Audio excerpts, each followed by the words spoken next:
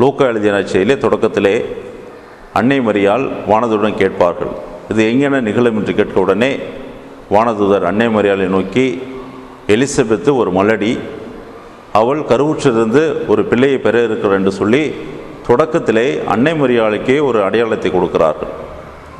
ஆனால் அதே நற்செய்தியை படிக்கின்ற பொழுது சக்கரியாவும் அப்படி ஒரு வார்த்தையை கேட்பார். இது எவ்வாறு நிகழும் என்று உடனடியாக வானதூதர் சக்கரியாவை கடிந்து கொள்கிறார்கள். ஏனென்றால் அன்னை மரியாள் கேட்ட அடையாளத்திற்கும் சக்கரியா கேட்ட அடையாளம் வித்தியாசம் இருக்கிறது. எப்படி என்றால், சக்கரியா ஒரு குருவானவர், சக்கரியா ஒரு குருகுலத்தை சார்ந்தவர். அப்படிப்பட்ட குலத்தில் இருக்கிறவர்கள் ஆழ்ந்த நம்பிக்கை கொண்டிருக்க வேண்டும். அதனால தான் அவருடைய பேச்சை முற்றுப்புள்ளி வைக்கிறார் வானதூதர். எனவே அன்புக்குரியவர்களே, அன்னை மரியாள் கொண்டிருக்கின்ற இந்த ஆழ்ந்த நம்பிக்கை விசுவாசம்தான் அன்றைக்கு அவளை இறைவனின் தாயாக மாற்றியிருக்கிறது. இதை தான் கொரிந்தியருக்கு எழுதிய 2ஆம் திருமுகத்தில் படிக்கிறோம். அதிகாரம் 5 இறைவசனம் 7 நாங்கள் வாழ்வது காண்பவற்றினால் அல்ல, மாறாக ஆழ்ந்த நம்பிக்கையினால் வாழ்ந்து கொண்டிருக்கும் என்று பவுலடியார் தெளிவாக சொல்கிறார். பேதுரும் தன்னுடைய புத்தகத்திலே தெளிவாக சொல்கிறார். அதிகாரம் 1 இறைவசனம் 7 நீங்கள் கடவுளை கண்டதில்லை, ஆனால் இன்றைக்கு கடவுளை நம்பிக்கையின் மூலமாக விசுவசித்து கொண்டிருக்க என்று சொல்லி ஆழமான ஒரு நம்பிக்கையை கொடுக்கிறார். எனவே அன்புக்குரியவர்களே, நம்முடைய வாழ்விலே இறைவனோடு சென்று கொண்டிருக்கின்ற பொழுது எத்தகைய அடையாளமும் இல்லாமல் நம்பிக்கையில் வாழ வேண்டும். என்னுடைய அனுபவத்திலே சிந்தித்த ஒரு அனுபவத்தை உங்களோடு பகிர்ந்து கொள்கிறேன். லட்சுமி உடைய பெயர். இவள் பிறர் மதத்தை சார்ந்தவர். ஆனாலும் திருப்பலியில் கலந்து கொண்டு ஒரு நாள் தனக்கு எப்படியாவது குழந்தை பாய்க்க வேண்டும் என்று தெரியாமல் தன்னுடைய நற்கரணையை வாங்கிக் கொள்கிறார்கள். அன்றைக்கு உடலிலே ஒரு மாற்றத்தை பெற்றிருக்கிறார்கள்.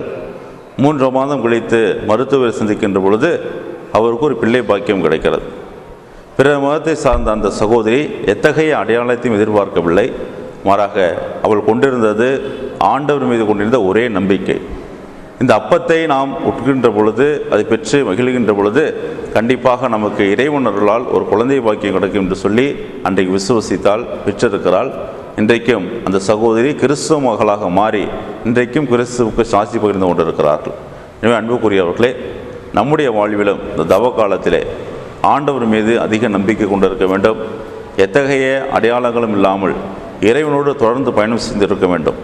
யோவான் எழுதிய நற்செய்தியிலே இறுதியிலே சொல்வார் ஆண்டவர் தெளிவாக, அதிகாரம் 20 இறைவசனம் 29 காணாமல் விசுவசிப்பவர்களே பேறு பெற்றவர்கள் என்று சொல்லி ஆண்டவர் சொல்லியிருக்கிறார். எனவே நம்முடைய வாழ்விலும் எத்தகைய அடையாளங்களும் எதிர்பார்க்காமல் ஆண்டவர் மீது நம்பிக்கை கொண்டு தொடர்ந்து நல்ல மக்களாக வாழ தொடர்ந்து மன்றாடுவோம்.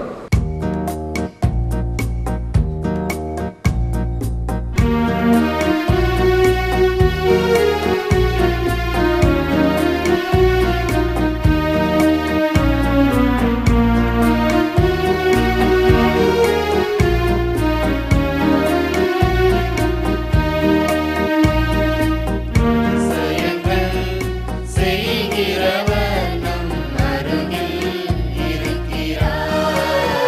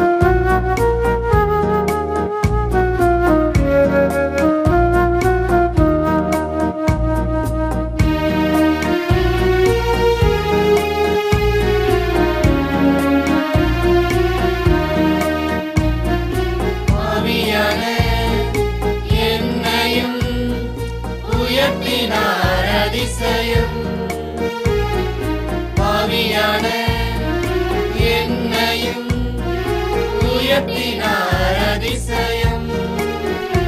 ஏழையின் மீது நேசக்கரம் நீட்டினார் அதிசயம். ஏழையின் மீது நேசக்கரம் நீட்டினார் அதிசயம். அதிசயங்கள் செய்கிறவர் அருகில் இருக்கிறார். அற்புதங்கள் செய்கிறவர் என்றும் நமக்குள் வசிக்கிறார். அதிசயங்கள் செய்கிறவர் நம் அருகில் இருக்கிறார். அற்புதங்கள் செய்கிறவர் என்றும் நமக்குள் வசிக்கிறார். வந்தது தவக்காலம் இறையருள் வழங்கிடவே. வந்தது தவக்காலம் இறையருள் வழங்கிடவே. சிலுவை சுமந்த இயேசுவை நம் சிந்தையில் இருத்திடவே. சிலுவை சுமந்த இயேசுவை நம் சிந்தையில் இருத்திடவே. வந்தது தவக்காலம் இறையருள் வழங்கிடவே. சிலுவை சுமந்த இயேசுவை நம் சிந்தையில் இருத்திடவே.